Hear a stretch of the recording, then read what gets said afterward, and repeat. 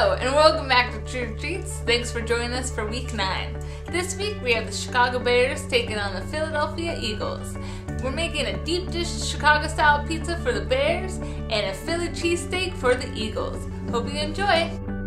Hello and welcome back to the True Treats Kitchen. This week, Monday Night Football is bringing us the Philadelphia Eagles taking on the Chicago Bears. And since Philadelphia put a beating down on Dallas Cowboys last week, we're hoping that they do it to the Chicago Bears again this week to once again help out my Packers maintain that dominance in first place. Now, for the Philadelphia Eagles this week, we are making the classic Philadelphia cheesesteak. We're putting, of course, a True Treats spin onto it, but we're going to stay as true to the original as we can. First thing that we're going to need to do is take our knife here, and we're going to use our diamond steel to hone the edge of the blade so we get all those little fibers pointing in the same direction, which will make it a lot sharper when we go to cut our meat. This isn't actually sharpening the knife. For that, you would need to use a whetstone to really grind away at the metal to sharpen it down. But this will just kind of, as I said, hone the blade so everything is pointing in the same direction since we already have a pretty nice edge. So, what we're going to do is take our sirloin steak here that we picked up. We're just going to take the knife and we're going to cut it into nice thin strips. We want to keep the nice thin strips so it'll cook quickly. And when we put it into our sandwich with all of our peppers and onions, mushrooms, garlic, and all that other good stuff, it'll cook nice and quickly, and it'll be very easy to eat when you get the sandwich served to you. It's always hard to bite into a sandwich when you have a big old hunk and piece of steak that you should be using a steak knife for, and then you pull the meat all out in one bite from the sandwich, and that just ruins it for you. So we want to keep it those nice thin strips so it's not only easy to eat, but easy to cook, and it'll make our dinner happen nice and quick. As soon as we finish cutting up this meat here, we're going to take it and throw it into the bowl that I've got right next to me. And we're going to cover it with a little bit of salt and some pepper.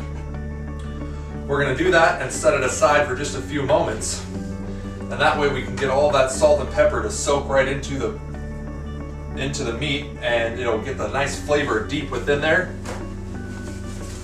And that way, while we're letting it sit and prepare, we can do the peppers, the onions, and the mushrooms and get those all ready, and then we'll be ready to cook our sandwich.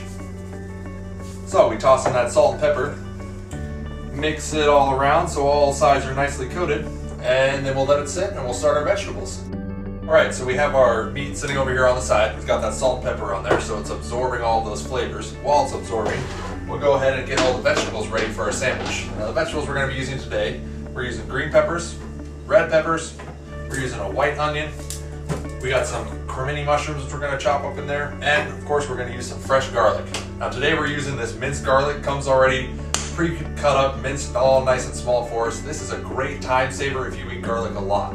We are big fans of garlic here at True Treats, so buying one of these, it's about, $5 for the entire container, and this will last you a very long time, saves you a lot of the time you've seen before of smashing and mincing up all of that garlic. So we're using this tonight, just as good a flavor. Now, I used to make these Philly cheesesteaks all the time back when I was in college and I was a chef at a restaurant called Geppetto's. Every single night we put these on the menu. They sold great. So, just like we did with our meat, we're going to chop up our peppers, our onions, and our mushrooms and garlic, and we're going to dice them all up nice and small so they're bite-sized and they cook evenly. That way when you bite into the sandwich, you actually get a bite and you don't pull half of it out. So, well, first we're going to just take our pepper, we'll slice it down the middle. After we cut it in half, we're going to grab the core of it right here and just pop it right out. Take that, smack it down to get all those extra seeds out of there, and now we're ready to just slice it up.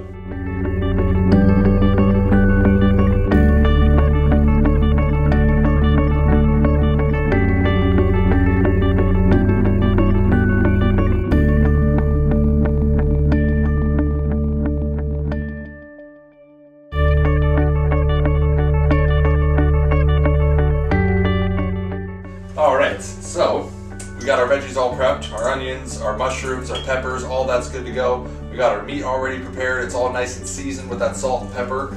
Pan's nice and hot, just a little bit of olive oil in there. Got it just above medium, nice even temperature. We're going to throw all of our veggies in. We'll add our fresh garlic like we talked about. Once those get nice and soft and tender, we'll go ahead and we'll add in our steak. Once that gets to about medium rare, which is again how we like to eat it here at True Treats, we'll take our provolone cheese, keeping with tradition. We'll melt that right on top, and then it'll be time to eat. So let's throw the veggies in and get started.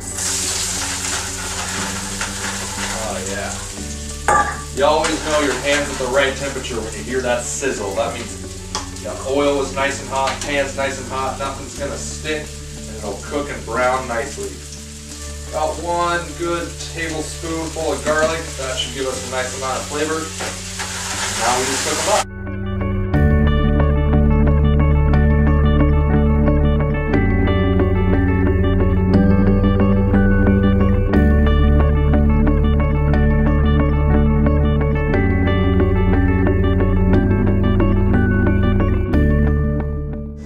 Cover 2 quick things here.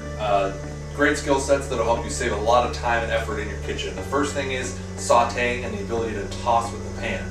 Now saute literally means just to toss over heat with oil. We got oil, we got heat, so we're going to toss. All you're going to do, take your pan here, you're going to push out with the arm, make a small circle, and pull back with the arm, and it's going to go up that lip and curve back in.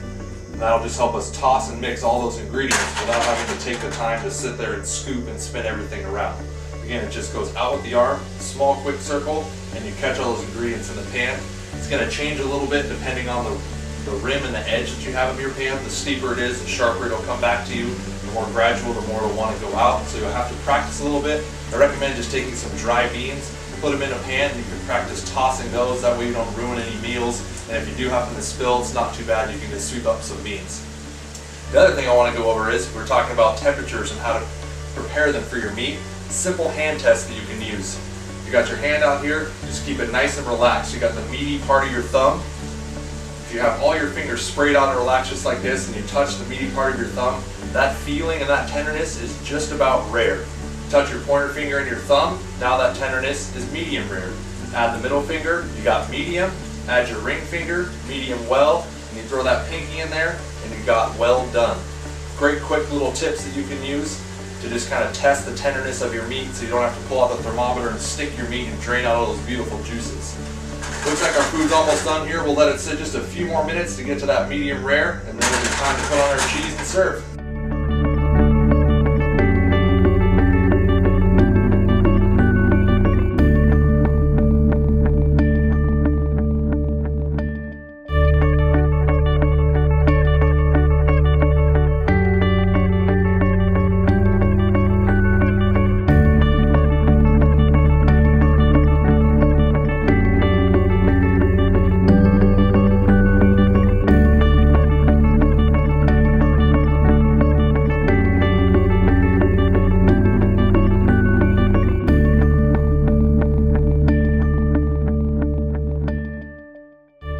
We're back again in the True Treats kitchen, and the other meal that we're making for this Monday night football game is a deep dish pizza for the Chicago Bears. The first thing we need to do for our deep dish pizza is make our pizza dough. If you don't really remember how to do that, or you need a quick refresher, you can check out our week 2 video where we made a New York style pizza using pizza dough. Recipe's still the same for the dough, we're just going to make a different style of pizza. And what makes the Chicago pizza so unique is not only its pie-like structure where it's nice, tall, and thick, big wedge slices, but it's also the way that they layer their ingredients. They start with the cheese on top of that crust, then they put all of their main ingredients like these, and they top it with a lot of the time just tomatoes and herbs. We've also seen it with our tomato sauce on top, which is basically just the tomatoes and herbs blended and cooked down a little bit. So we're going to do that with our tomato sauce because, once again, we've made our own tomato sauce before. Again, check out that week 2 video. And so we're going to use that sauce to top our pizza. For the pizza that we're making today, we're going to do a little bit of bacon, some pepperoni, and we're also going to do some red and green peppers, some mushrooms, and a little bit of white onion. While we're waiting for our pizza dough to rise, we can chop up all of our ingredients and we can pre-cook them a little bit in a pan. Chicago deep dish pizzas take a pretty long time to bake, about 30 minutes or so, maybe a little bit longer. So we can cook most of our ingredients ahead of time so they're almost done. Then we'll layer them into the pizza, like in the order that I talked about. And when we're baking the dough and the rest of the pizza, our ingredients will reheat all the way up and they will also finish cooking so they'll be ready to go when the whole pizza is done. Now, we here at True Treats, we were very fortunate, and last summer we got to actually head out to Chicago. My sister and her now fiance both lived there, and while we were there, we definitely had to try some authentic deep dish pizza. It was pretty cool. I do not remember the restaurant that we tried it at because there are so many that have deep dish pizzas there. But what I remember about it is there were 4 of us, it came in 8 slices, and after the 2 ladies each had a slice, they were done. 2 gentlemen had a slice and a half, and we were stuffed. This really is a deep dish pizza, and it comes with all kinds of flavor. Pretty cool city out there in Chicago too. If you ever get the chance, I definitely recommend it. It's a lot of fun, great food, and a lot of cool sights to see. We even got to go up into that Sears Tower, which I think they call the Willis Tower now. And man, let me tell you, those glass boxes 1,500 feet off the ground, that will really prove to you whether or not you have a fear of heights. So we're just about finished chopping up all of our vegetables here, and then once we're done with that, we're going to move them into the pan. We're going to start with cooking our bacon. Main reason we want to start with cooking that bacon is because it's going to take the longest out of all of the ingredients to cook. So we want to make sure that starts to toughen up a little bit, get some of that fat rendering so we get the flavor in there. Then we'll throw in all of our vegetables, and we don't need to toss in the pepperoni because it's already cooked. It just needs to be heated up, so that'll happen when we put it in our pizza and bake it. So now that our vegetables are chopped, we'll grab our bacon, throw it in the pan, cook down our vegetables, then we wait for the pizza dough to rise, and it's time to bake the pizza.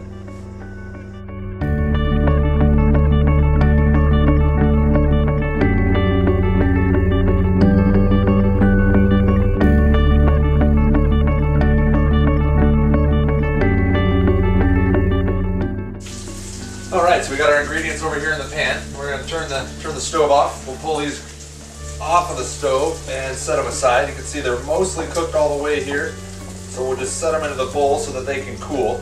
We were using about a medium heat on our stove there. When I'm using an electric stove, I always want to start at about medium and calibrate from there because it's pretty hard to get good heat control when you're using an electric stove. Gas is always a little bit nicer, instant heat on and off. But start at medium, calibrate up or down from there to kind of get used to your own stove so you can calibrate how much you need to turn it up or down to cook different types of food. While these sit and cool and our pizza dough finishes rising, and as soon as it's done rising, we'll be ready to roll it out and build our pizza.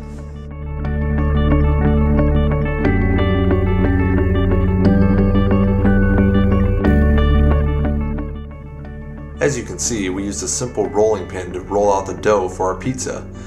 We wanted to roll it out to a couple of inches larger than the pan we're going to end up using because the dough will shrink and contract as you bake it, which actually helps keep all of our ingredients inside of the pizza.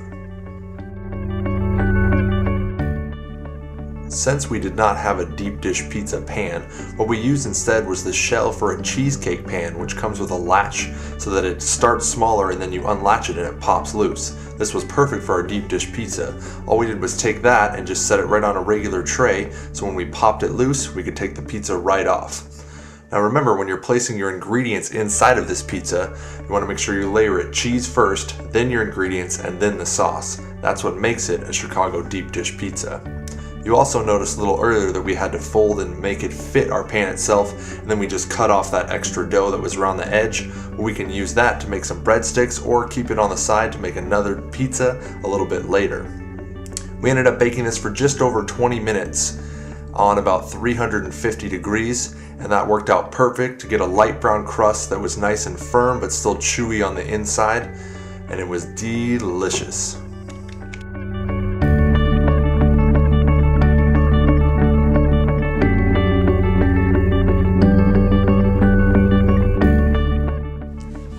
Enjoyed the video, and we'll see you again for week 10. Remember, you can always subscribe to us up above, like us, find us on Facebook, Twitter, and now Google+. We're always open for suggestions and any comments you'd like to leave.